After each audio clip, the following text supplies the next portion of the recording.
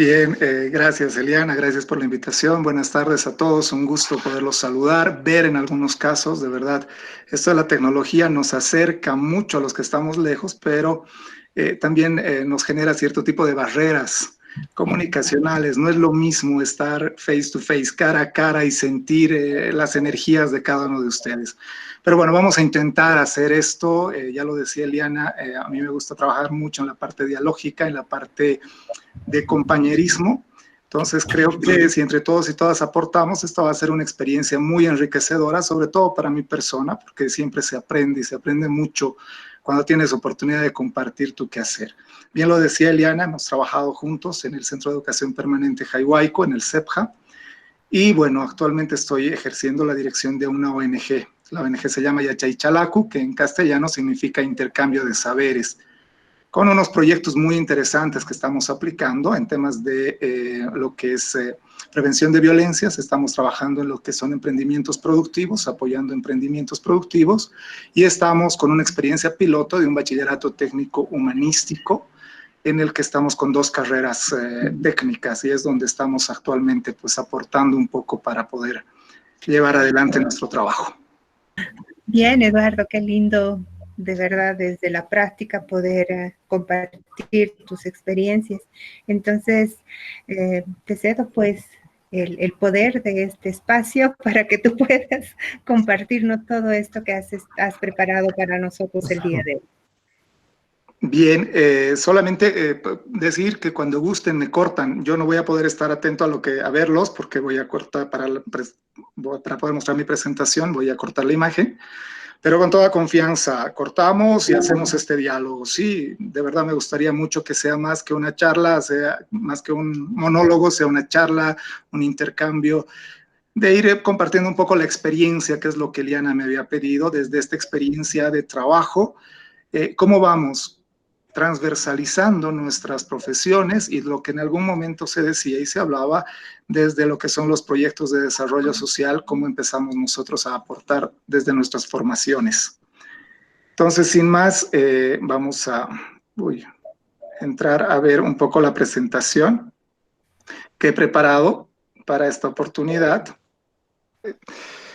No voy a decir que ha sido difícil preparar esta presentación, pero de alguna manera me ha permitido reflexionar mi propia práctica, y es lo que quiero compartirles hoy, esta reflexión a partir de la práctica que me toca ejercer. He planteado el tema de la interdisciplinariedad y la transdisciplinariedad para el desarrollo, pensando en qué es lo que nosotros como profesionales y a la hora de salir a ejercer nuestra vocación, nos encontramos. Yo recuerdo muy bien y quiero compartir esta experiencia hace algunos años cuando iniciaba en el trabajo de proyectos de desarrollo. Me tocó conocer a una persona que me escribió en la carta de presentación para el trabajo y decía: mi sueño desde que yo entré a la universidad era trabajar en proyectos de desarrollo. Y me motivó tanto su carta que la quise conocer a esta persona. Y nos entrevistamos y ella decía, ¿no?, todas sus motivaciones profesionales, personales para poder entrar en este mundo del desarrollo. Anecdóticamente duró una semana en el trabajo. Entonces, ahí creo que empezó este reflexionar y decir, bueno, ¿qué es lo que pasa? ¿En qué nos estamos formando? ¿Para qué nos estamos formando? ¿Y qué es lo que este mercado, lo voy a llamar así entre comillas, este mercado laboral nos está exigiendo y nos está pidiendo? Es importante definir que el desarrollo no es unas balas al aire, es un proceso planificado. Cualquiera de los enfoques que vayamos a tomar de desarrollo, porque hay varios, van a tener que ver mucho con el tema de cómo lo hemos concebido, o cómo nos los han formado, o cómo nos los han educado, o cómo lo vemos simplemente. Pero es un proceso planificado. Y vamos a decir que la planificación es una decisión racional con la intención de influir precisamente en el curso o la dirección de determinados acontecimientos. Identificar una situación, problema, un momento determinado que no nos gusta, y poder visualizar una mejor condición que la que tenemos actualmente. En este sentido, vamos a tener que recuperar lo que son las expectativas, los intereses de algunos grupos, de determinados grupos sociales, razón por la cual se deben definir en cambiar su dirección. Entonces, este proceso de planificación es lo que va a permitir visualizar el tipo de desarrollo al que queremos aportar o trabajar. La planificación es fundamental en los procesos de desarrollo y la planificación va a implicar necesariamente conocer la realidad, es decir, identificar las causas y consecuencias de los problemas que hemos identificado a través de investigaciones aplicadas o diagnósticos. Es en esto último que en lo que voy a centrar gran parte de la presentación, porque creo que es el primer acercamiento que nosotros como profesionales, y lo voy a poner este tema de los profesionales entre comillas, porque antes de ser profesionales somos seres humanos, somos personas, entonces me gusta hablar mucho desde el ser humano, desde esta percepción humana.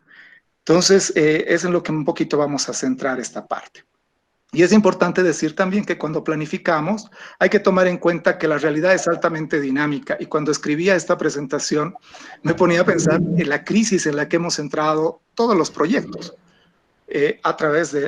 por tema de la pandemia. Todos teníamos una planificación, todos teníamos una fotografía de una realidad que ha cambiado terriblemente hace 2 meses, en la que nos exige un montón de cambios, en las que tenemos que repensar lo que en un inicio habíamos pensado que había que trabajar. Entonces, hay que hacer ajustes continuamente a estas propuestas que vamos haciendo en torno al desarrollo. Aunque los diagnósticos en general van a asumir una situación estática de la realidad, algo así como una fotografía de un lugar determinado, es en un tiempo determinado, no es estático, ya les decía, nos están obligando, todos los que trabajamos en proyectos de desarrollo actualmente, a ser muy creativos, a incursionar en tecnologías, a buscar de todo lado las herramientas necesarias para cumplir los objetivos y en algunos casos ni siquiera solo cumplirlos, sino cambiarlos para poder responder a estas necesidades que nos plantea nuestra sociedad. Los niveles de planificación, y esto es importante porque por muchos sueños, porque los proyectos para muchos, para mí en lo personal son sueños que hay que concretar. Y estos sueños deben estar enmarcados en los niveles de planificación porque es como nos estamos estructurando. Entonces, vamos a decir que un nivel de planificación son los planes, que los planes van a ser de carácter general. Normalmente estos planes están establecidos a partir de componentes ideológicos, políticos y de visiones y miradas de desarrollo, ¿sí? El plan tiene como finalidad trazar el curso deseable y probable del desarrollo nacional o el desarrollo de un sector. El plan va a englobar programas y proyectos, pero no está compuesto solo por un conjunto de programas y proyectos. Ya les decía, tiene distintos enfoques y matices que le van a dar como que la esencia al plan. El plan es el referente técnico político dentro del cual se enmarcan los programas y proyectos y los planes son a largo plazo. Normalmente estos planes son los que van a emanarse desde los estados, desde los distintos niveles del estado, enfocado, y lo vamos a ver un poquito más adelante, en políticas de desarrollo a nivel internacional. Después de los planes están los programas que van a ser a mediano plazo, pero los programas hacen referencia precisamente a un conjunto organizado, coherente e integrado de actividades, servicios, procesos, que van a estar plasmados en proyectos relacionados y coordinados entre sí, que son de similar naturaleza. Se van a operacionalizar a través de la realización de acciones o metas a ser alcanzadas, objetivos, dentro de un periodo determinado de tiempo. Está constituido por un conjunto de proyectos, y ya les decía, es a mediano plazo. Y por último están los proyectos. Los proyectos hacen referencia a un conjunto de actividades concretas, interrelacionadas, coordinadas, que se realizan con el fin de producir determinados bienes y servicios capaces de satisfacer necesidades o resolver problemas. El proyecto es lo más operativo, que es en lo que en realidad muchas veces nos toca iniciar nuestro trabajo.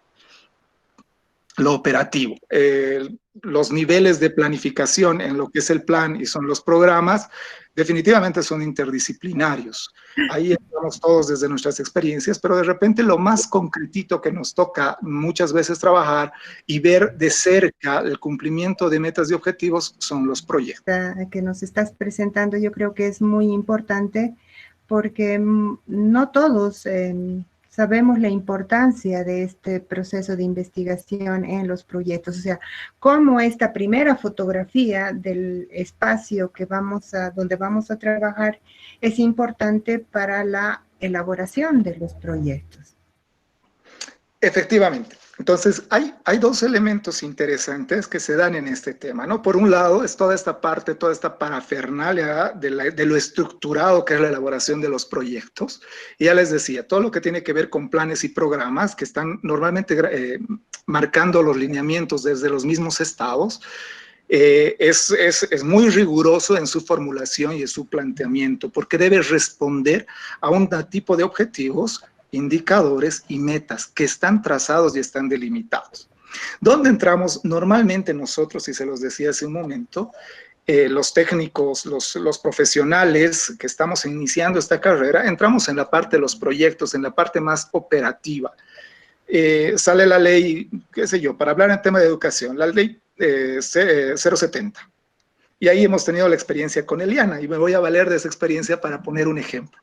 Sale la ley 070 y nos dice tienen que construir los PSPs, los proyectos socioproductivos. ¿O qué hacemos? Los proyectos, la norma te dice cómo lo tienes que hacer, pero la cancha te exige otro tipo de herramientas, de dinámicas, de lecturas, de sentimientos personales para poder hacer carne lo que está escrito en una ley, en una norma o en un procedimiento, que van a desprenderse de planes y de programas. Entonces ahí son los proyectos los que nos van a permitir darle espíritu, darle sentido a esto.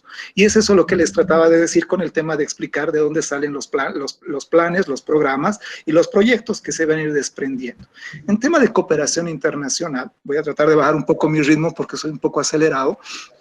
Por ejemplo, debemos empezar a encarnar todos estos para plantear a la cooperación cómo desde nuestras miradas creemos que estos planes o estos programas deben plasmarse en nuestros territorios o en nuestras comunidades, para los que trabajamos en área rural. Entonces, todo esto es lo que nos va a permitir reflexionar nuestro quehacer profesional. Y es una reflexión permanente en la que, y esto lo digo ya viendo un poco la bibliografía, que más adelante se las voy a presentar también, te obliga muchas veces hasta a perder tu identidad profesional. Y es un riesgo que te van a decir que la interdisciplinariedad y más la transdisciplinariedad te pueden llegar a jugar, digamos, ¿no? Ese momento de decir, pucha, yo he estudiado comunicación, pero termino siendo pedagogo. O termino siendo educador, o termino siendo agrónomo, porque me pongo a trabajar en temas de desarrollo, o arquitectos, arquitectas, que han terminado siendo coordinadoras de programas de desarrollo en educación, o licenciadas en enfermería que terminan haciendo formación, no muy alejada de repente, pero formación en prevención de enfermedades en medicina tradicional, que de repente no es su aspiración inicial profesional, pero que sin embargo la demanda de estas comunidades en esta lectura, y ya lo decía hace rato, humana, sensorial, de sentimiento, te dirige y te juega a veces medio chueco. Pero estos son un poquito los parámetros que vamos a ir reflexionando a medida que vamos a ir conversando con ustedes.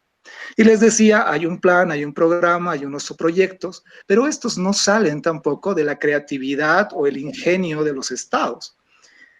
Y ahí van a entrar las grandes críticas a lo que muchos dicen, las críticas a la cooperación internacional, ¿no es cierto? Como esta instancia que nos obliga y nos va a marcar cómo tiene que ser nuestro modelo de desarrollo. Y ese es un tema muy, muy, muy fuerte actualmente que se está debatiendo en todos los espacios académicos, fundamentalmente latinoamericanos. Entonces, nos van a decir, por ejemplo, un elemento del que se planifican o de donde se sacan los planes van a ser los objetivos del desarrollo del milenio. Por ejemplo, todos hemos debido escuchar, o al menos si queremos trabajar en desarrollo, debemos conocer. Los objetivos del desarrollo del milenio, o los ODMs, son una hoja de ruta para poner en marcha la declaración del milenio. Van a darnos los valores y principios acordados por los Estados miembros, ¿sí? De la Cumbre del Milenio del 2010, y nos van a poner los parámetros en los que los estados deben planificar el desarrollo. ¿Qué quiere decir esto? ¿Dónde vamos a atacar con nuestros planes, con nuestros programas y con nuestros proyectos? Y nos van a decir además que a partir de eso se van a destinar recursos de los países desarrollados para los países en vías de desarrollo, por decirlo así. Aquí en el tema en estos términos no voy a entrar mucho porque ahí hay discusiones eternas en lo que define si somos desarrollados, somos subdesarrollados, somos en vías de desarrollo. Ese es otro mundo. Ya, pero voy a utilizar el término en vías de desarrollo.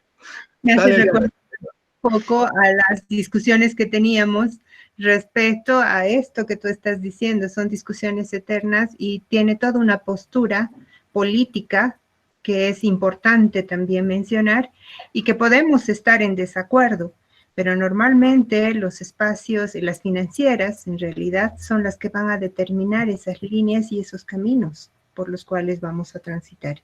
Y creo que ahí, creo que ese es el espacio donde las negociaciones se tornan más duras. No sé, es durísimo. No es fácil y con Eliana la hemos sufrido y la hemos vivido, pero ahí también tiene que ver mucho nuestras pasiones, nuestros sentimientos, y es por eso la importancia de formarnos de manera interdisciplinar, pero también es importante lo transdisciplinar, que nuestra esencia de profesionales formados en un área que por vocación de servicio nos ha guiado, transminen todas nuestras acciones.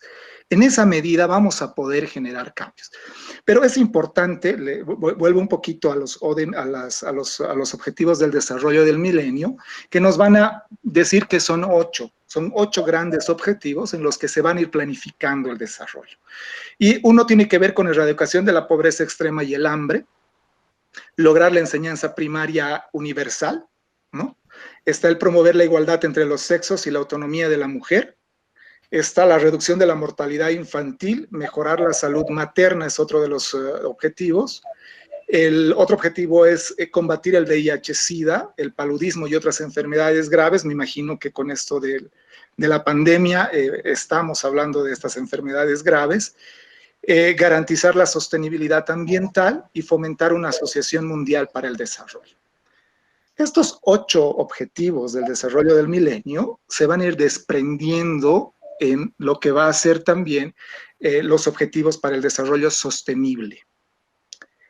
Estos objetivos del desarrollo sostenible van a ampliarse y no solamente van a ser objetivos del desarrollo sostenible, porque acá sí nos van a dar elementos, nos van a dar objetivos, nos van a fijar metas y lo más importante, lo que todo el mundo sufrimos, nos van a dar indicadores para decir que los hemos logrado o no los hemos logrado. Entonces, de alguna manera, como estados, vamos entrando a esta categorización de cuán desarrollado o cuán menos desarrollado estés, y de acuerdo a esta categorización vas a poder, va a sonar un poco crudo, pero prefiero decirlo así, vas a poder acceder a fondos para poder promover proyectos de desarrollo. Todos los proyectos de desarrollo deben estar enmarcados en los objetivos del desarrollo del milenio, en los objetivos del desarrollo sostenible, en los planes de gobierno, en los planes nacionales de Estado, en los programas de Estado o en los proyectos que van a ser los que van a canalizar a través de actividades este logro de objetivos. Ese es más o menos el meollo. Rápidamente quería repasar un poco con ustedes las metas que se nos han fijado en estas 17 objetivos. Y son 169 metas, cada meta con sus indicadores, ¿sí?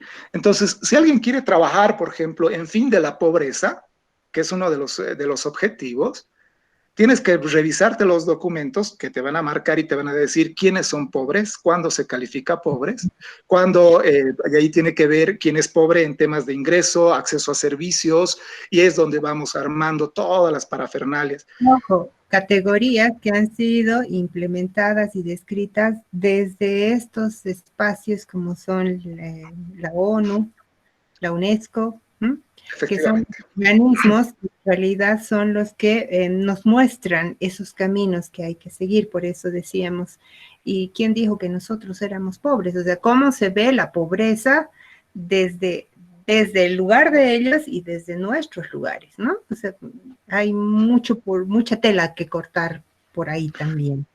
Es enorme y apasionante estas discusiones, se los puedo asegurar. Quiero aprovechar de saludar a Yesenia, estudiante de comunicación con la que he compartido. También está Luis Terán, que es un amigo que lo conocemos. Y saludar a Silem, creo que he visto que también era un estudiante de comunicación. Y si alguien más, un saludo, chicos. Bien, les decía, ¿quieres trabajar en fin de la pobreza? Hay unos indicadores, hay unas metas que cumplir y es con lo que nos vamos midiendo los estados para definir los programas, proyectos y planes. ¿Sí?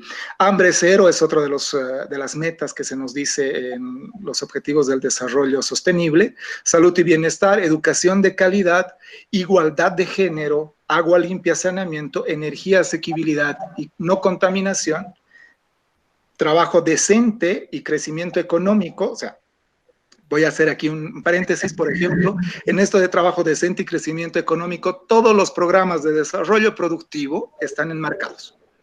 Entonces, van a agarrar el plan, y lo vamos a ver en un cachito más, lo que Bolivia como Estado plurinacional ha estado planteando. Tenemos unos objetivos, se tiene un plan de cumplimiento, por así decirlo, y hay algunas cosas interesantes que Bolivia ha aportado en esto, por ejemplo, ¿no? Entonces, ya les digo, industria, innovación, infraestructura es otra de las metas que se nos plantea, reducción de las desigualdades, ciudades y comunidades sostenibles, producción y consumo responsable, producción, acción por el clima, vida submarina. En esta acción por el clima, por ejemplo, Bolivia es uno de los pioneros en hablar de cuidado de la madre tierra, por ejemplo.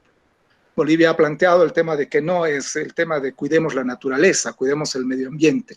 Hablamos desde este paradigma del vivir bien, lo pongo todavía entre comillas, porque igual hay otra discusión enorme por ahí, va a plantear esta armonía con la madre tierra. Y es una de las grandes cosas que desde Bolivia de repente se ha planteado fuertemente y se ha impuesto. Y es así que todos nuestros programas, proyectos, no se habla de cuidado del medio ambiente, sino de armonía con la madre tierra. Y vida submarina, que también es otro elemento que se va a incorporar en lo que son los objetivos del desarrollo sostenible. Otro de los objetivos, y son tres más los que me faltan, vida de ecosistemas terrestres, paz, justicia, instituciones sólidas y alianzas para lograr los objetivos. ¿No? Entonces, esos son las 17 metas, 17 objetivos del desarrollo sostenible, que van a ser desprendidos de los objetivos del desarrollo del milenio. Estos objetivos están pensados hasta el 2030. Hasta el 2030 debería cumplirse en el mundo estos objetivos. Hasta ahí vamos bien. Bien, tal vez una ronda de preguntas aquí para que nos vayan también, yo digo, incitando a esto del pensar. Yo siempre voy a aludir a mis maestros, nuevamente saludar a mi maestro Jorge Shishawa del Pratec, que está con nosotros, y creo que estos objetivos y estas rutas que se nos van mostrando, podríamos pensarlas también desde nuestro territorio, desde Bolivia, para Bolivia. Y inclusive les desafiaba en el anterior conversatorio, desde Bolivia para el mundo, y tú hacías alusión al vivir bien. Entonces, tal vez hacer un poco de énfasis en esto. Está pidiendo la palabra Juan Lara, te cedo la palabra. Expresar tu pregunta, por favor. Sí, hola, espero que me escuchéis. Bueno, ahora sí. Una de las cosas que me parecen interesantes de abordar en este tema del desarrollo, para los que tenéis estas creencias, porque yo en este caso soy un poco pagano respecto a esta religión del desarrollo, ¿no? Desde su nombre. Entonces, me parece interesante que se hayan conocido tan poco una arqueología, ¿no?, de la cooperación internacional, porque como bien tú decías, la cooperación internacional vincula su cooperación a los intereses de sus estados, no a lo que nosotras necesitemos como subdesarrollados, medio desarrollados o en vías de desarrollo, da igual. Entonces, esos dineros ya vienen de alguna manera vinculados a las políticas internacionales digamos, de los países centrales, ¿no? Pero a mí lo que me interesaría de tu experiencia es cómo sería posible recuperar, ¿no? Detrás de toda esta experiencia ya de años de cooperación internacional, lo que realmente ha servido, ¿no? Porque en mi trabajo en el campo he visto muchísimos elefantes blancos, ¿no? Vinculados al desarrollo, que lo que han servido básicamente ha sido para mantener a determinadas ONGs, que no me parece mal, obviamente, porque son fuentes de empleo, pero que en las comunidades han redundado muy poco, ¿no? Entonces, ¿cómo podríamos hacer todo lo que nos estás contando que realmente se revierta en una posibilidad real, objetiva para las comunidades? Gracias. Gracias, Juan Sebastián. Un gusto saludarte. A ver, comprendo tu escepticismo. Lo comparto hasta cierto punto y tienes mucha razón en el decir que a veces ha servido la cooperación internacional para solamente hacer sostenible a instituciones que se han acreditado el tema del desarrollo. ¿Cómo se puede hacer sostenible esto y cómo se puede hacer carne? Por eso planteaba la interdisciplinariedad y la transdisciplinariedad de las formaciones de las ciencias sociales en este caso, muy específicamente. En el tema laboral me ha tocado trabajar con ingenieros, con doctores, médicos, y definitivamente los que tenemos la responsabilidad, la carga personal, más allá de profesional, somos los de las ciencias sociales. Este compromiso de desmontar todo lo que nosotros creemos que puede ser desarrollo, lo pongo entre comillas para que me vean, es nuestro trabajo en realidad. Yo y los que han participado en alguna clase conmigo, que me están acompañando, pienso que en realidad las transformaciones no son de grupo, son de personas. Y las transformaciones de personas es mucho más largo. Para comentar una experiencia, no está bien que venda yo mi charque, pero es las que yo las tengo más cercanas. Estamos implementando un proyecto de bachillerato técnico humanístico. El BTH está establecido en la ley 070 y es una ley, una formación muy específica, muy bonita en su formulación, pero en el hacer carne es complicadísimo. Nosotros lo estamos haciendo. No voy a decir que hemos hecho grandes logros, porque recién hemos sacado una primera promoción. Ya vamos a esta gestión, vamos a tener una segunda promoción. Pero estoy seguro que esos jóvenes, y a lo largo del país hay muchas de estas experiencias, han transformado sus vidas. Jóvenes que sin estos apoyos no hubieran podido de repente plantear alternativas de negocio, ser personas independientes, en cosas concretas. ¿Sí? Se puede lograr. El tema de la reducción de la pobreza, por ejemplo. El tema de sustento económico digno. Se puede lograr. Hay experiencias muy, muy interesantes en temas de reducción de pobreza, pero ya te digo, tiene que ver mucho desde el compromiso de los técnicos, en este caso, porque son los que le ponen la carne y le ponen el hombro a los proyectos, pero también de las poblaciones, y esto lo vuelvo a poner entre comillas, beneficiarias, porque ahí también es otro lío la definición de que si son beneficiarios, ese es otro mambo. Pero es lo que más o menos desde la experiencia te puedo decir que me ha tocado ver. ¿Existen transformaciones y existen avances en temas de mejorar condiciones de vida? Sí. Me hace recuerdo a esto que tú decías hace un momento, ¿no? Todas estas discusiones teóricas también, porque al fin de cuentas tienen toda una perspectiva política y toda la perspectiva política está, digamos, agarrada de un paradigma teórico también, político y por ende ideológico. Entonces, decir beneficiarios o decir acompañantes o participantes tiene también todo una línea o un camino diferente, o sea, no es lo mismo decir beneficiario que decir poblaciones intervenidas o poblaciones participantes, o poblaciones que justamente de estas poblaciones, de las comunidades puedan surgir también, no desde el proyecto, de arriba a abajo, toda una línea de acciones, de actividades específicas para lograr esos objetivos que nos obligan en realidad a trabajar.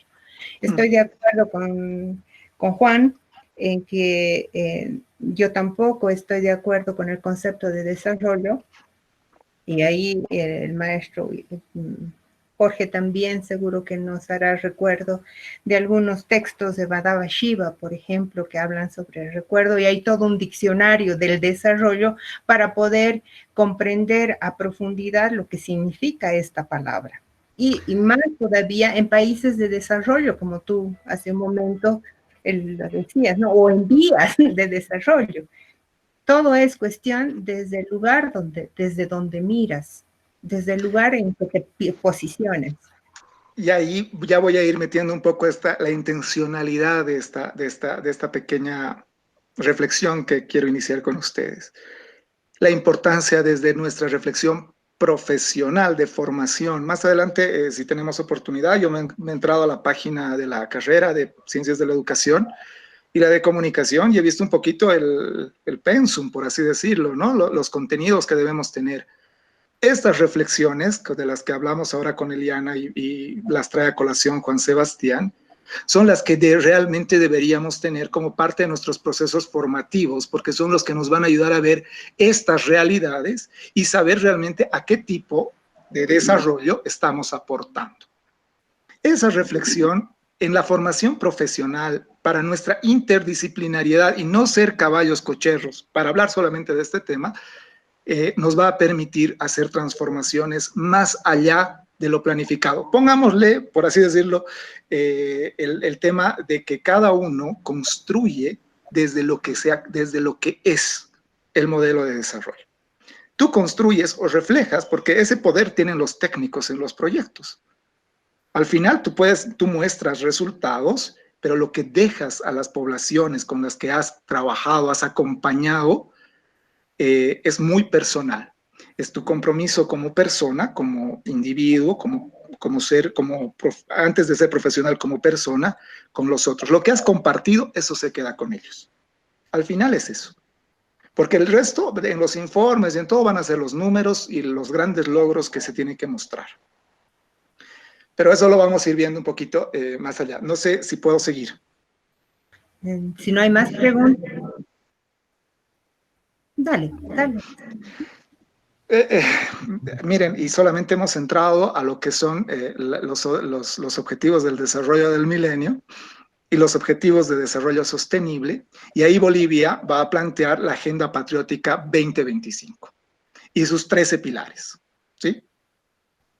La Agenda Patriótica 2025 y los 13 pilares van a desprenderse de estos acuerdos y van a plantear 13 puntos estratégicos para generar y poder como se ha denominado desde las normativas, es constituir una Bolivia digna y soberana, ¿no? Entonces, de alguna manera, agarran los ODMs y hacen, por así decirlo, una tricanchada de lo que nosotros como Estado vamos a plantear para lograr estos objetivos desde nuestra propia identidad. Esa es la intención de lo que es la Agenda Patriótica 2025. Está planteado hasta el 2025, tenemos 5 años más. Uno tiene que ver con la erradicación de la pobreza extrema, uno de los objetivos. El otro es la socialización y universalización de los servicios básicos. En soberanía para el vivir bien, es algo que se va a ir incorporando. Salud, educación, deporte para la formación de un ser humano integral. Soberanía científica y tecnológica con identidad propia. Soberanía comunitaria financiera sin servilismo al capitalismo financiero, es otro de los pilares. El otro pilar, el sexto, es soberanía productiva con diversificación y desarrollo integral sin la dictadura del mercado capitalista. Está la soberanía sobre nuestros recursos naturales, ¿sí? Está también la soberanía alimentaria a través de la construcción del saber, de saberes alimentarios, del saber alimentarse. Está la soberanía ambiental con el desarrollo integral respetando los derechos de la madre tierra, la integración complementaria de los pueblos con soberanía, soberanía y transparencia en la gestión pública bajo los principios de no robar, no mentir, no ser flojo, Disfrute y felicidad plena de nuestras fiestas, de nuestra música, de nuestros ríos, nuestra selva, nuestras montañas, nuestros nevados, de nuestro aire limpio, de nuestros sueños. Y el último pilar es el reencuentro soberano con nuestra alegría, felicidad, prosperidad y nuestro mar.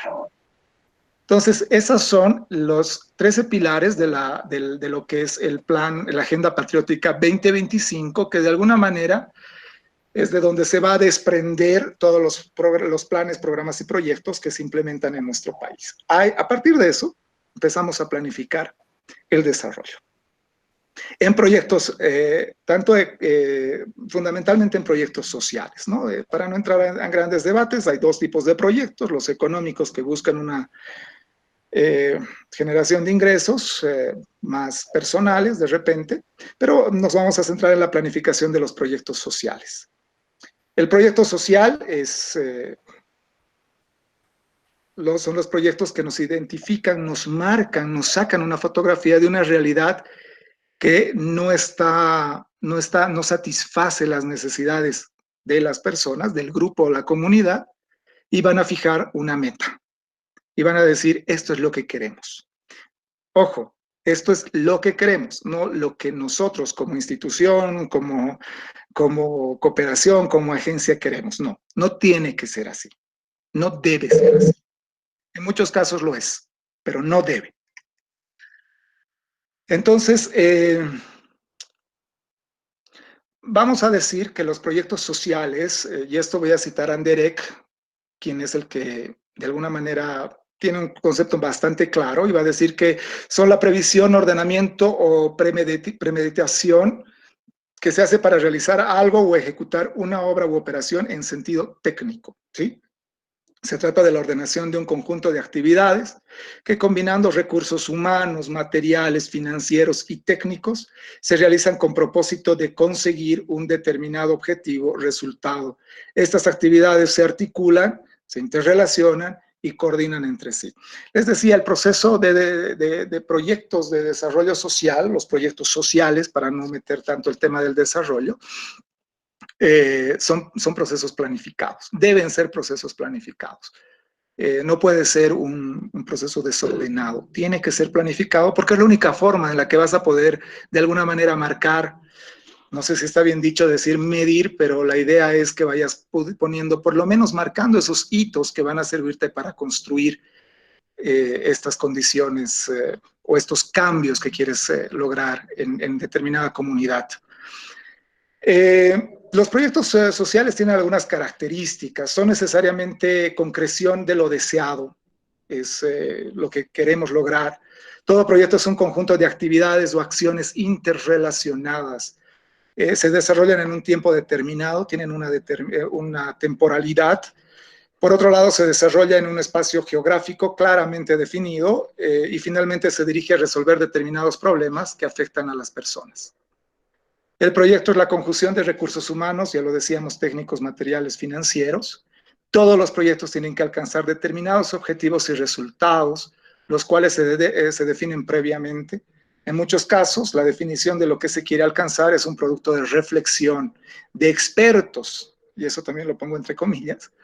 En otros es la participación de los sujetos con afectados por la situación problemática. ¿Qué es lo más importante de lo que acabo de decir? Por un lado, los proyectos de desarrollo o se hacen en mesas, en escritorios, donde se definen los lineamientos, o hacemos que respondan a las necesidades de las comunidades. Hay dos pasos. Perdón, antes de decirte algo, Eliana, hay dos pasos. Nosotros como técnicos, como profesionales, definimos en qué lado queremos estar. Si en el escritorio para el diseño de proyectos, que muchas veces lo tenemos que hacer por el tema de conseguir financiamientos, y soy honesto en ello, o empezamos a leer estas realidades y empezamos a recuperar estas realidades para transformar nuestros contextos. Eliana. Bien, me parece interesante, digamos, toda esta, bueno, es una teorización también de lo que es la elaboración de proyectos, ¿no? Lo que acabas de mencionar. Pero a mí me gustaría mucho que nos fueras a orientar o dar luz de respecto a cuál sería el rol de los licenciados en ciencias de la educación en estos proyectos. Ya has hablado de la transdisciplinariedad y hemos estado también conversando previa a esto, a este conversatorio, sobre aquellos elementos que son necesarios, digamos, que un licenciado en ciencias de la educación o una persona que se está formando para ser un profesional en esta área pueda, digamos, tener esos requisitos para trabajar en estos proyectos de desarrollo social, productivo, y sobre todo en territorios como los cuales tú has trabajado, porque cuando hablamos de reflexión de expertos, por ejemplo, seguramente ahí tú nos podrás mostrar cómo es que estos expertos o no expertos se ponen de acuerdo para hacer estas acciones y estas actividades en los proyectos y cuáles son el rol que deberíamos nosotros como cientistas de la educación, si cabe decir la palabra, tendríamos incidencia o podríamos trabajar ahí, Eduardo. A ver, roles. Yo considero, y desde la experiencia, los roles los vas asumiendo o te los vas ganando. ¿Qué rol quieres ocupar en la elaboración de un proyecto? ¿Quieres ser el que elabora el proyecto, el que diseña estos sueños? Porque ya les digo, los proyectos son sueños que nos van a ayudar a transformar. Más allá de ver imposiciones en los ODMs o en los objetivos del desarrollo sostenible, hay que verlos como oportunidades, porque son las oportunidades que se te dan, porque va a depender mucho de cómo lo plantees, cómo lo hagas. Ese proceso de reflexión es el rol que te toca asumir en una primera instancia. Por ejemplo, te dicen, vas a ayudarnos como institución, necesitamos un cientista de la educación para que nos ayude en la elaboración de planes diversificados. La norma te da unos parámetros, pero el alma, el espíritu de esto te va a dar tu formación profesional. Pero esa formación no técnica, teórica simplemente, sino sobre todo tu reflexión. Y es por eso que ahí yo retomo mucho de la experiencia en educación y la asumo como profesional de la comunicación social, el tema de agarrar la práctica, contraponerla con la teoría y asumir una posición frente de mi contexto. ¿Cuál es mi posición frente a este contexto en el que las mujeres no saben leer y escribir? Ah, no, pues son unas ignorantes. A ver, un cachito. Pero si reflexionas desde las teorías, desde otras experiencias y identificas a las mujeres como poseedoras de una riqueza cultural impresionante, de repente desde esa reflexión vas a poder construir un currículum que te va a dar mayores luces de identidad para estos pueblos. Por así decirlo. Qué lindo estamos. Alex ha solicitado una pregunta, entonces te doy la palabra, Alex. Gracias. Gracias, buenas tardes. Qué gusto saludarte. Soy Alex Cusa, ¿no? Y gracias por compartir tus experiencias. Yo, entre tanto que compartías las experiencias o las visiones, ¿no? Se me nacían varias dudas también. Y ahí quisiera tener algunas preguntas bastante concretitas, ¿no? Sobre todo un poco para ir construyendo estas miradas del, no sé si llamarlo desarrollo, pero del, sobre todo del crecimiento, ya de las visiones que tienen los contextos sociales, territoriales, ¿no? Y ahí quisiera preguntarte, por ejemplo, no sé, ¿qué vacíos metodológicos ustedes han identificado, por ejemplo, al momento de plantear nuevas iniciativas en los actores que conducen estos proyectos, ¿no? Y por otro lado, ¿qué visiones locales, ¿no?, de los actores se contraponen con estas metodologías? Porque de pronto a veces podíamos haber aprendido interesantes metodologías o al final nada que ver con la acción real que los contextos están demandando en distintos territorios, ¿ya?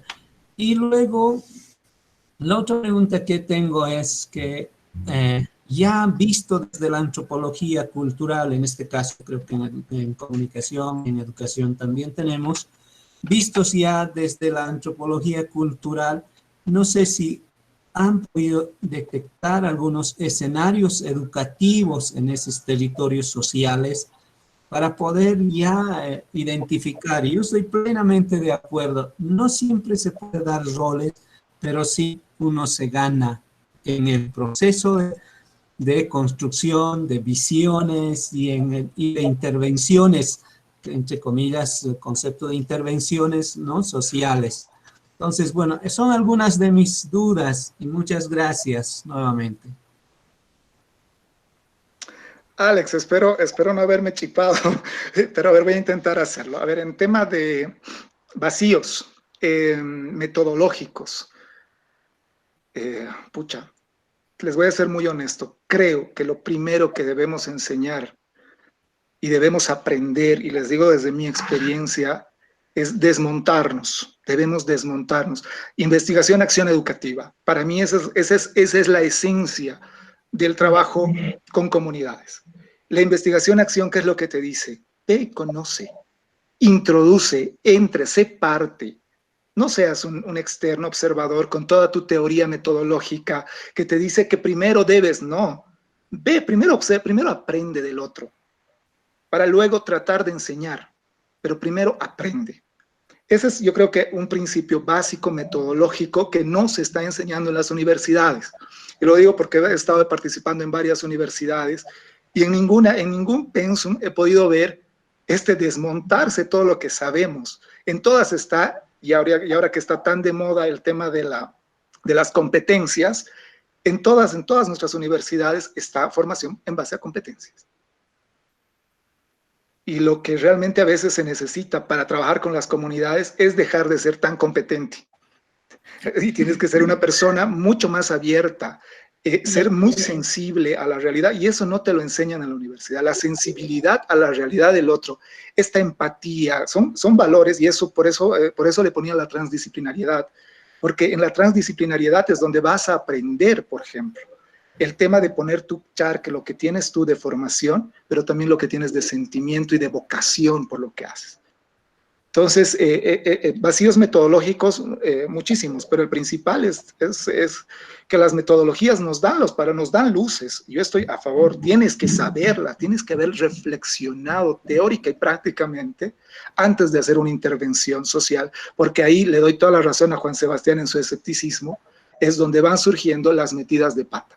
Si un cirujano, y esto lo digo siempre en todas las clases de planificación de proyectos sociales que he podido compartir con los compañeros y compañeras, si un médico se equivoca en su diagnóstico, mata a la persona.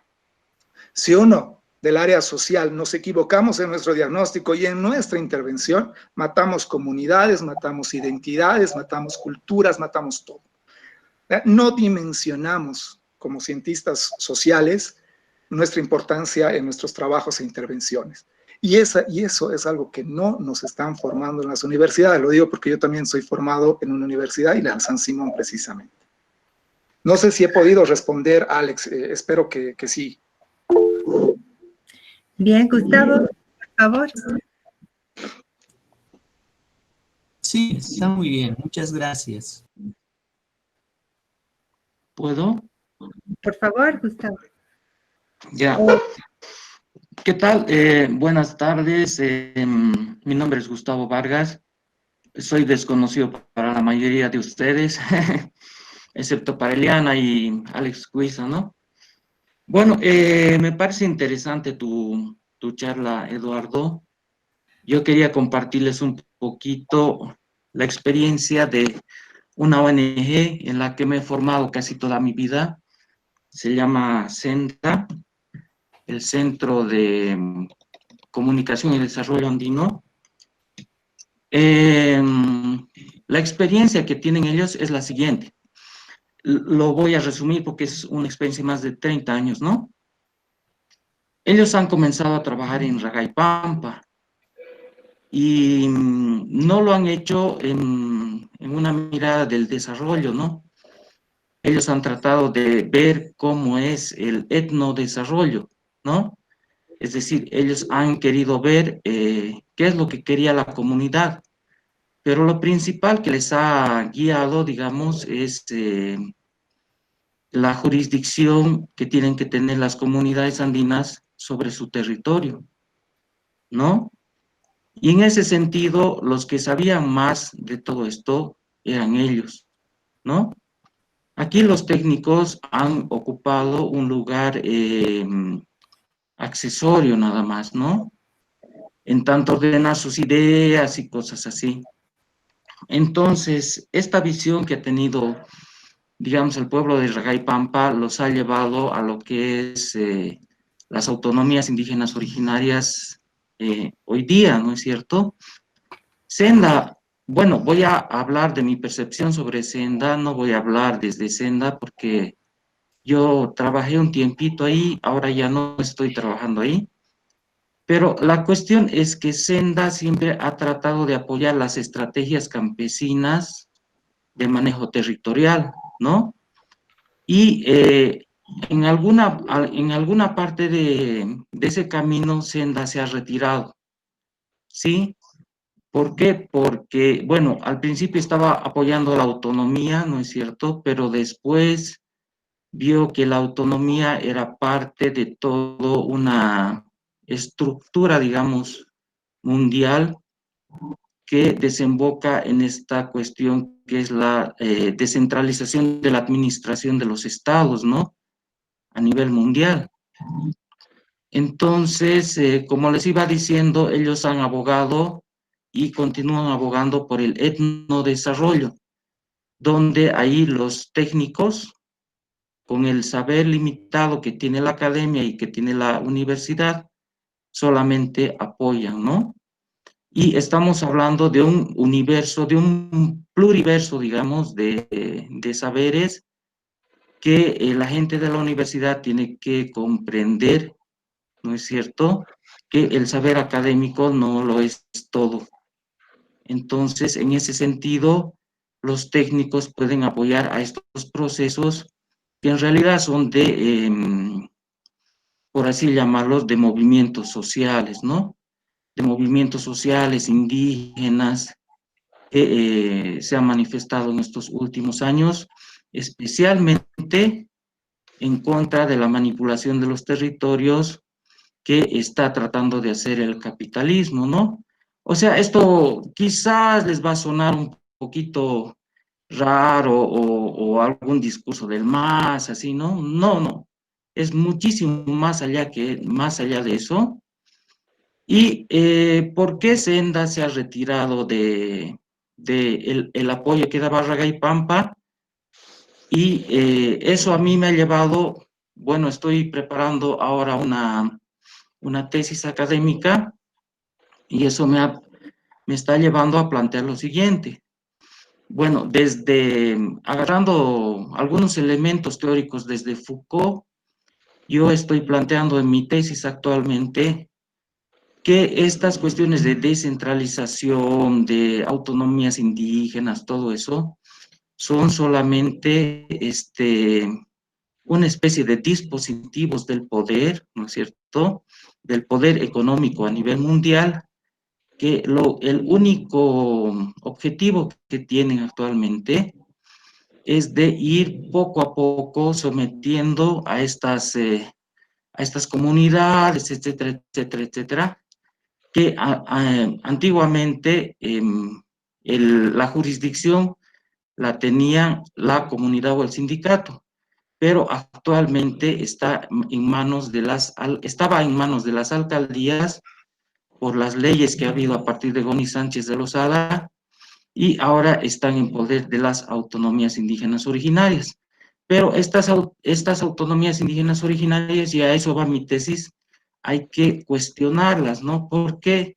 Porque quizás son los nuevos dispositivos de poder que tiene el capitalismo de disponer los recursos naturales de las comunidades indígenas, ¿no?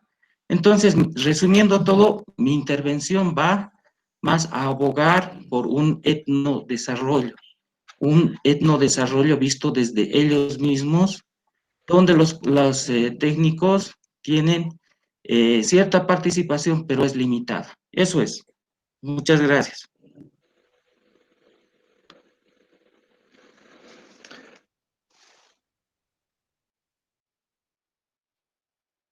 Está sin audio, Liana. Gracias, Gustavo. Como decíamos hace un momento, todo está en función al cristal con que lo mires. Y obviamente el etnodesarrollo puede ser una excelente propuesta para realizar este tipo de trabajo con y en comunidades indígenas, ojo, ¿no? Con estos mejores. Bien, continuemos, si no hay alguna otra pregunta más. Estamos ahorita a 18:07, tenemos 25 minutos más todavía. Me faltó un montón, te lo advierto. Tal vez podríamos centrarnos en estos elementos que son más prácticos que teóricos, así podemos ir avanzando un poquito más, Eduardo. Entiendo que tu presentación la has hecho con mucho entusiasmo, pero dado que están surgiendo estas preguntas que tienen que ver más con esto de las visiones y las prácticas mismas en el territorio, tal vez podríamos enfocarnos en esto. Efectivamente es a donde vamos a entrar ahora. Perfecto. Y le agradezco a Gustavo la reflexión que hace, porque en definitiva es algo que se tiene que trabajar. Se tiene que trabajar desde las distintas miradas. Ojo, no hay que satanizar. Es algo que hemos aprendido de la experiencia boliviana en la implementación de programas, proyectos de desarrollo. Debemos aprender. No se satanizan las otras miradas. También se aprende. Podemos aprender de los errores de los otros, de lo que nosotros creemos que está mal, aprendemos. Entonces, si creemos que esta mirada de desarrollo occidental con un enfoque neoliberal capitalista que va a fortalecer a los estados ricos y va a oprimir a los... ¿Cómo lo haremos? Esa reflexión hay que aplicarla en los procesos de elaboración de proyectos, hay que aplicarla en los diagnósticos participativos, donde nosotros como técnicos, y tomo lo que dice Gustavo, lo que nosotros como técnicos hacemos es acompañar. Vamos a dar esas herramientas que de repente Alex ya nos iba preguntando, metodológicas, que permitan organizar, sistematizar, ver qué es lo que estas comunidades plantean como alternativas. Otra cosa que va a pasar en desarrollo, y ahí los técnicos somos expertos también, asumimos un rol paternalista de los procesos, o maternalista para ser hablar en lenguaje inclusivo. Paternalistas porque creemos que si nosotros no estamos como técnicos, esa comunidad se va a morir. Si yo no hago este plan curricular como lo estoy diseñando, esta unidad se va a caer. No, o sea, ellos también piensan, ojo, las comunidades, las personas piensan. Y hay que reconocer ese pensamiento para construir diálogos. Eso ya viene con el tema de lo de comunicación, ¿no es cierto? Estos diálogos participativos, horizontales, que nos permitan reconocer que el otro sabe y que también nos puede enseñar y nos puede dar también metodologías. Ya les decía, para mí la investigación-acción es la que nos va a dar estos parámetros, estas luces para poder ingresar a trabajar en comunidades. No es la única, podemos retomar varias. Entonces, en lo práctico, y aquí, ¿dónde entramos los comunicadores, los educadores, los cientistas de la educación, y todos los títulos que quieran poner? En los diagnósticos. Tenemos que aprender a leer esta realidad. Pero y Eliana lo decía muy bien, depende del cristal con el que lo miras, efectivamente. A veces el que determina la mirada es el técnico. Y tú vas y le preguntas, ¿has hecho el diagnóstico? ¿Has hecho tu árbol de problemas? Uy, sí, maravilloso. Y al final el que ha hecho el árbol de problemas es el técnico. ¿Por qué? Porque es el que maneja la metodología, pero no ha sabido recuperar la esencia o no ha podido construir ese árbol de necesidades y problemas y no lo ha podido transformar en objetivos. Entonces, a veces somos nosotros los responsables de los fracasos de los proyectos, los técnicos, los formados en las universidades. Ellos saben muchas veces, las comunidades, al decir ellos, me refiero a estas personas con las que trabajamos, saben lo que quieren, Y a veces los que nos inventamos las necesidades somos nosotros los técnicos al momento de hacer los diagnósticos. ¿Por qué? Porque está en nuestro poder, porque nosotros tenemos ese poder de escribir. Y ese es un poder terrible, el que tenemos las personas que escribimos, porque somos los que determinamos las líneas. Y eso en los diagnósticos es clave. Entonces el diagnóstico es un proceso reflexivo, es esa mirada, es esa toma de fotografía. Que sí, y ahí el tema del médico, ¿no es cierto? Si el médico se equivoca en su diagnóstico, estás fregado. Si el cientista social se equivoca en su diagnóstico, estamos en plural fregados. En el proceso de planificación, muchas veces los procesos de planificación estamos los técnicos, estamos los formados en las universidades, por así decirlo, y preparamos las acciones para solucionar estos problemas. También puede ser, tienes dos opciones, o lo haces desde el escritorio o haces un proceso de planificación participativa. En el segundo caso te toma mucho más tiempo. Es lo aconsejable, pero te toma mucho más tiempo. Porque tú como técnico tienes las herramientas para poder hacer una planificación ordenada, sistemática, para medir tus logros, ¿no? La ejecución, que tiene que ver ya con la implementación de un proyecto social, y ahí tendríamos que implementar lo que es el monitoreo. En el monitoreo hay dos opciones. El monitoreo lo haces tú como técnico y les preguntas a tus beneficiarios, titulares de derecho, acompañados, tutelados, como quieras llamarlo, y les dices, ¿qué tal va el proyecto? Y te dicen, está bien, entonces tú agarras tu lista y dices, está muy bien. Pero entonces ahí entramos también con estos procesos reflexivos. Y ahí tiene que ver con las herramientas que muchas veces contamos los profesionales de las ciencias sociales. Son muy limitadas. Son muy limitadas, lo que nos permite hacer diagnósticos o procesos de evaluación participativos. Ahí tenemos que ser muy creativos y ahí utilizamos de la comunicación. Ahora que están de moda las nuevas tecnologías, utilizamos las nuevas tecnologías, utilizamos la parte gráfica, todo lo que es educación popular nos ayuda un montón porque tienen muchas herramientas que van a permitirnos hacer procesos participativos. Entonces ahí hay elementos que sí nos permiten hacerlo.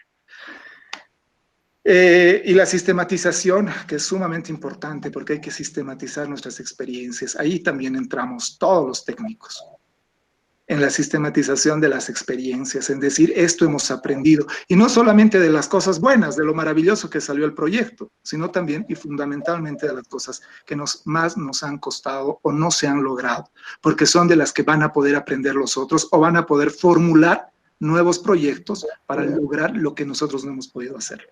Ese es un error garrafal en el tema de las sistematizaciones.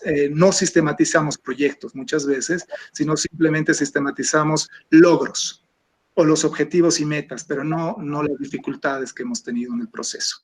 Entonces, son algunos elementos que las personas que quieren trabajar en desarrollo, considérenlo. No les estoy dando una receta porque receta no hay. Pero son elementos que hay que tenerlos presentes y van a permitirnos hacer procesos mucho más incluyentes, inclusivos. ¿Sí?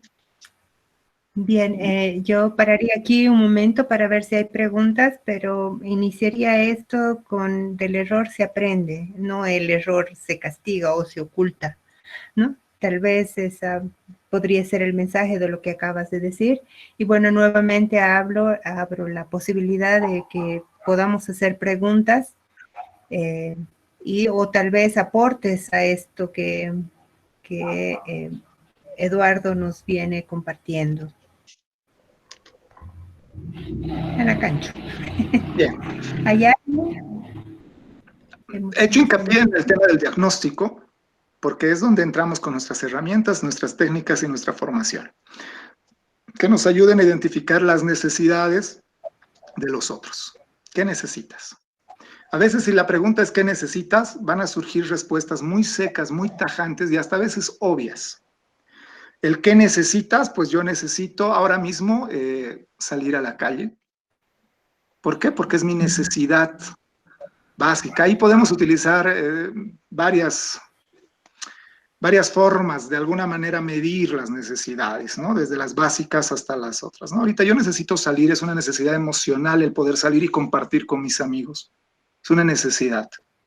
pero a veces los proyectos ya vienen delimitados de alguna manera o con líneas a seguir. Por ejemplo, es muy difícil que en algunas comunidades se vayan a identificar la necesidad de una lucha frontal contra la violencia, porque está absolutamente naturalizada.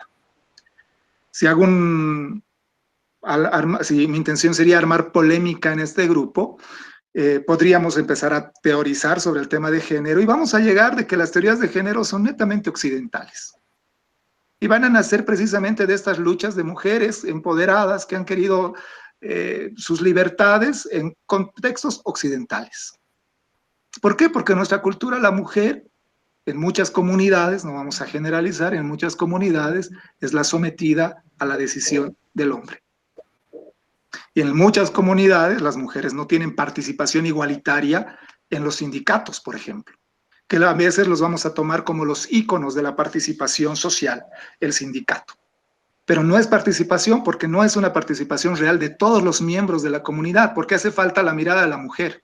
Y le metemos dedo a la llaga, también hace falta la mirada del joven que no es casado. También hace falta la mirada del niño que está completamente anulado porque no tiene ningún tipo de participación. Entonces, en estos elementos es donde se van construyendo estos diagnósticos. Queremos diagnósticos participativos y claro, va a depender del enfoque en el que vayamos a trabajar. Debemos preguntar a estos actores, porque no es lo mismo las necesidades que identifican los hombres que las necesidades que identifican las mujeres o los niños. La necesidad de las mujeres van a estar más enfocadas en salud y educación y abastecimiento, servicios básicos, por ejemplo. La necesidad de muchos hombres van a estar mayormente enfocadas, y esto es un diagnóstico así muy a priori, muy lanzado a la experiencia, en temas de asfalto, en temas de transporte, caminos, acceso, viabilidad y recreación, cancha de fútbol. Y si preguntas a los niños y niñas te van a hablar de escuela, te van a hablar de diversión, de parques, por ejemplo, algo que se han olvidado en procesos de planificación en nuestros municipios y en todo lado. Se han olvidado preguntar, ¿por qué? Porque ¿quiénes son con los que dialogas para hacer estos diagnósticos de necesidades? Es con las entidades autorizadas. ¿Quiénes son estas entidades? La sociedad civil organizada. Las OTB, las juntas vecinales. ¿Quiénes lideran las OTB, juntas vecinales? En las comunidades rurales, sobre todo, son los varones, en los distritos rurales. Entonces, ahí vamos a ir teniendo que tener estrategias, todos los de las ciencias sociales, para empezar a meter el dedo en la llaga, para identificar estas problemáticas y estas necesidades invisibilizadas, porque a veces nos quedamos con estos grupos de toma de decisión que no siempre son los más participativos. Para entrar ya un poco a métodos, así medio chueco va a sonar esto, pero no encuentro otra palabra, porque hay características de los métodos participativos que son en los que hacemos hincapié y siempre trato de reflexionar para poderlos aplicar en el día a día que desarrollamos. La mayor parte de estos métodos participativos son grupales. Hay que pensar en grupo, no hay que pensar en individualidad. Hay que pensar en lo interdisciplinario. O sea, aquí yo, educador, capísimo, formado en San Simón, no soy el que lo sabe todo. Necesito del comunicador porque él me va a ayudar a hacer unos materiales de repente mucho más gráficos, de repente me va a permitir llegar a la población desde otros instrumentos mucho más accesibles a las personas. Necesito de los sociólogos porque nos van a ayudar a hacer las intervenciones, necesito de los... Todos y todas podemos aportar. Y ahí a veces cometemos mucho el error, no sé si error, pero para trabajar en esta área tenemos que leer más allá de lo que en nuestras universidades nos han dicho que leamos o los autores que nos han dicho que leamos. A veces hay que romper un poco nuestros mismos paradigmas y entrarnos a ver qué dice la comunicación, qué dice la educación, qué dice la sociología sobre esta misma temática. Hicimos un bonito trabajo en relación a violencia desde las miradas de los distintos especialistas, tanto de la sociología, de las ciencias de la educación, de la comunicación, y la violencia pasó a ser un hecho tipificado en una ley, a un hecho social, a un hecho colectivo, a un hecho de relaciones de poder. Entonces había sido un entramado mucho más grande y eso te permite conocer desde esta mirada de la interdisciplinariedad, de conocer de los demás.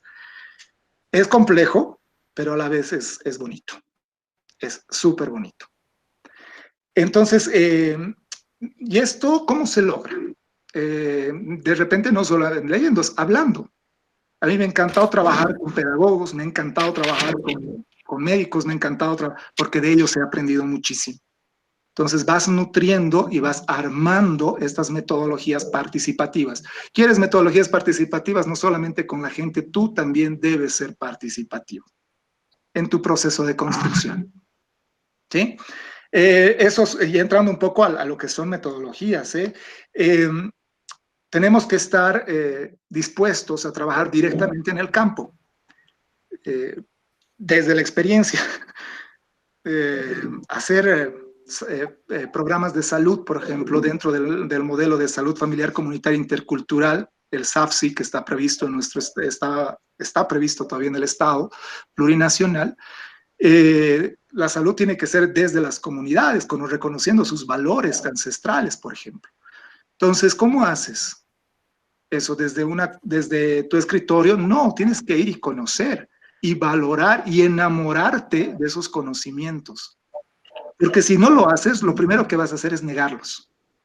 Lo primero que vas a hacer es negarlos y vas a empezar a trabajar en suplantarlos por otras miradas. Por ejemplo, a mí me gusta, y las personas que me conocen me gusta mucho el tema de las japegas, por ejemplo. Es algo tan nuestro, tan lindo, el haber sido de repente castigado, por así decirlo, por la Pachamama, y que tu ánimo, tu esencia de persona se haya quedado en la tierra, porque no has respetado ese espacio de la Pachamama, y que lo tengas que curar con ese jampu, y o sea, vení, volvé a ti, es impresionante. Es impresionante, pero eso lo vas a valorar y conocer estando con ellos. Entonces tienes que estar dispuesto a estar en campo o en la comunidad que te toque trabajar. O sea, me voy mucho a lo rural porque es lo más cercano en lo que me ha tocado estar. Pero puedes pasarlo en comunidades periurbanas o en las comunidades o en colectivos que también trabajan proyectos. Lo mismo, valorar un colectivo tienes que conocerlo. Antes de hacer intervención, conocerlo. Y eso es estando, saber estar. Otra de las metodologías es aprender con la gente, enfocado con los conocimientos, las prácticas y las experiencias locales. Eso es básico. O sea, desmontarte de que lo sabes.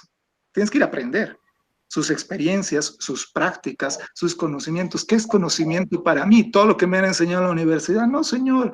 Todo el conocimiento que tienes, desde el que en tu casa te han dicho que debes saludar a las personas mayores, todo eso tienes que respetarlo y aprenderlo de los demás. Y eso es parte de las metodologías que hay que aplicar cuando trabajamos en estas áreas. Los métodos usados correctamente permiten aprendizajes rápidos, progresivos e interactivos, profundizando etapas sucesivas. Esto suena muy metodológico, pero es así. Hay que seguir estos procesos y te van a permitir avanzar de manera más rápida, más empática. Trabajar con organizaciones sociales, a veces trabajar con una organización social en la que tú no eres empático, no eres conocido, no tienes ni punto, tienes que esperar a la última rueda del carro para que te den un espacio para hablar.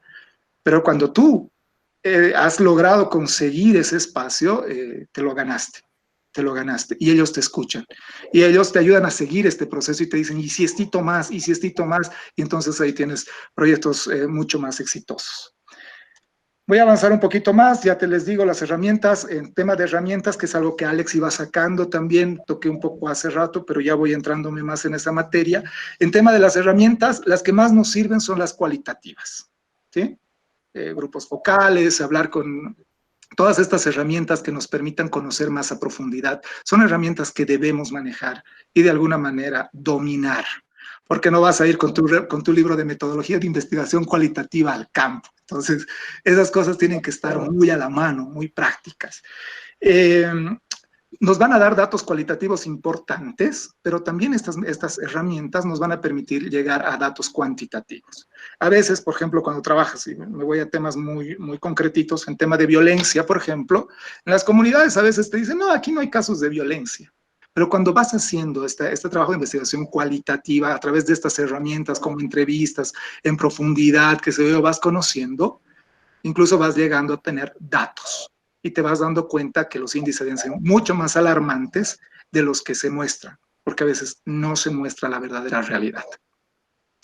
Los métodos permiten y necesitan la triangulación de fuentes, es decir, la verificación de resultados a partir de varias fuentes de información, varios métodos y varios participantes. Es así como se van haciendo estas herramientas. ¿Sí? Eso es básicamente lo que es metodología y herramientas. Me he ido más a esta parte de la experiencia, pero yo sé que la mayoría que están acá conocen las herramientas, las metodología cualitativa y sus instrumentos. Entonces, esos instrumentos son los que más nos van a ayudar y nos van a dar este soporte para tener esta mirada alternativa de la realidad.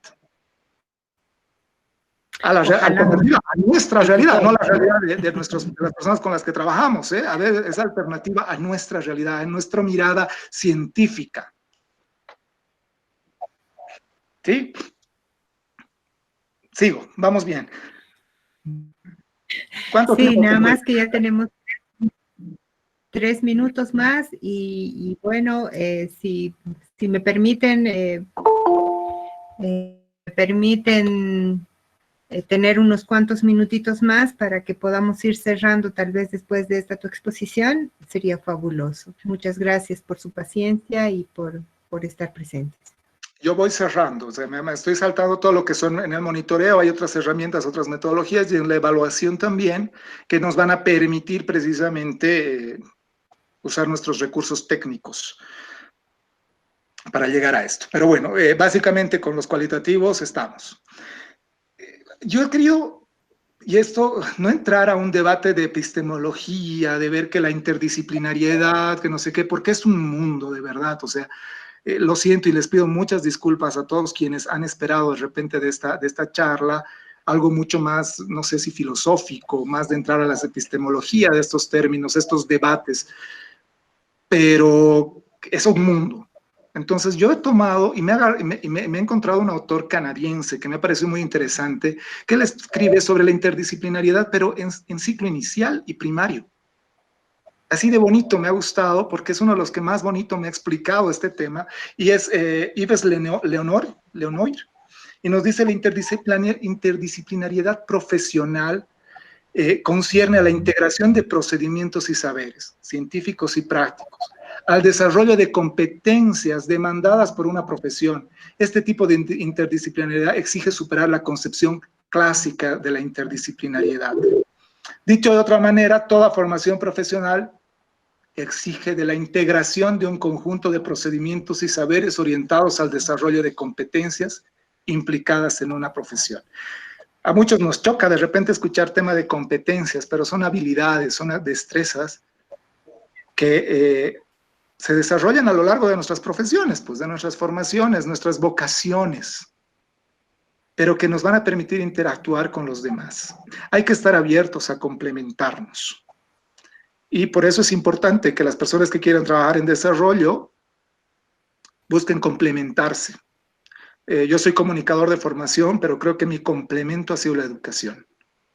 Amo la parte educativa, amo la educación popular, y lo digo abiertamente porque la educación popular es la que mejores herramientas me ha dotado a mí como comunicador para poder hablar de desarrollo. Pero desde estas otras miradas, ¿sí? No en estas concepciones clásicas de desarrollo occidental.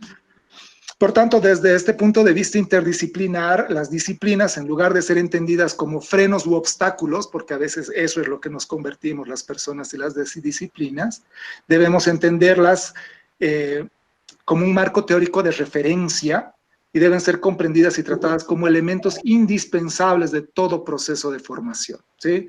Y sin embargo, a pesar de que las disciplinas contribuyen, participan y asumen una función de mediación en relación con lo real, estas no constituyen ni tampoco definen las finalidades de la formación. O sea, no, les hablaba al inicio, a veces el tema de la interdisciplinariedad y la transdisciplinariedad nos va a meter en un conflicto de a veces perder nuestra identidad profesional y hasta nuestra vocación. Y lo digo también desde la experiencia, porque en algún momento me cuestiono, ¿soy comunicador o soy cientista de la educación o soy qué? O sea, ¿dónde me encuentro en este espacio profesional? Y definitivamente es complementario. Todas las ciencias sociales son complementarias y nos ayudan y nos aportan. Esa mirada se debe de alguna manera trabajar y desarrollar en nuestros procesos de formación.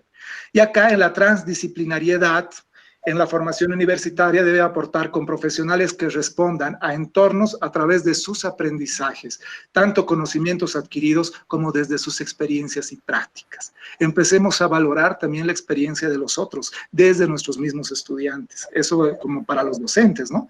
Entonces, a veces los docentes no hemos roto todavía esa educación bancaria de la que nos va a hablar Freire, ¿no? Y creemos que todavía estamos por sobre todo los conocimientos. Contribuyendo al desarrollo de una personalidad mucho más integral, eso es importante, y versátil, preparada a dar soluciones a problemas de la compleja realidad que caracteriza el mundo actual. Como anécdota, yo tenía un jefe y me decía, yo te he contratado para que cuando iba y le decía, ¿sabes qué? Tengo un problema con esto. Y me decía, ¿y cuál es la solución? Yo te he contratado para que me des soluciones, no para que me traigas problemas. Entonces, a veces es una demanda. Y les digo, es necesario dar respuestas desde nuestras mismas miradas y formaciones, ¿sí? Me hubiese gustado mostrarles un poquito, estoy viendo el perfil profesional de Ciencias de la Educación. Si alguien tiene a la mano, está en su página web de la Universidad Mayor de San Simón. Y ahí están todos los temas. El licenciado en Ciencias de la Comunicación tiene las siguientes competencias. Son 1, 2, 3, 4, 5, 6, 7, 8, 9, 10 competencias que se desarrollan. En comunicación son muchísimas más. Y creo que eso va más, es más desafiante, eso es más de mí a ustedes. ¿Cómo lo ven? ¿Cómo cuestionan esta mirada intertrans para trabajar en temas de proyectos sociales? No le vamos a poner ya desarrollo, en tema de proyectos sociales. ¿Cómo la ven? Estamos trans con todos los conocimientos que tenemos internos, procesos de autorreconocimiento, de reconocimiento hacia los demás. Considero que justamente estos conversatorios son esto que tú nos desafías a hacer, ¿no? En esta transdisciplinariedad e interdisciplinariedad hemos invitado o estamos invitando a varios profesionales de otros ámbitos para que justamente nos muestren, digamos, esa realidad cercana a la nuestra desde lo social. Pero además, justamente este perfil profesional está sufriendo en este tiempo un ajuste y posteriormente sufrirá una reestructuración. Y es por eso que principalmente el programa técnico pedagógico, desde el Departamento Técnico Pedagógico, desde el Programa de Territorio y Desarrollo Educativo y Social, se ha puesto, digamos, en la tarea de generar estas cercanías y además de hacer un ejercicio participativo para poder luego aportar en un proceso de reestructuración curricular. De ahí que surgen estos conversatorios, porque la intención también era hacer un trabajo también de investigación, acción con los municipios, de Tiquipaya y Colcapirua que me competía en este tiempo, pero dadas las circunstancias de la pandemia, hemos optado más bien por en vez de hacer este trabajo de investigación, acción participativa, porque no nos da ahora un trabajo de campo, justamente por la cuarentena, de hacer estos acercamientos con otros profesionales que sí están en un trabajo más cercano a las comunidades y que justamente por su cercanía nos pueden alimentar con sus experiencias para que nosotros también podamos hacer si tú quieres, dar una respuesta a las necesidades. No necesariamente en este caso de Tiquipaya y Colcapiro hubiera sido ideal, pero sí ir muniéndonos de herramientas también para el momento dado que se abra la cuarentena, nosotros poder hacer este trabajo de campo a lo que tú mencionabas, ¿no? Y no solamente eso, sino también podríamos utilizar calendarios festivos rituales, cartillas de saberes, que son también parte de toda una propuesta del PROTEC, ¿no? Tenemos aquí uno de sus miembros.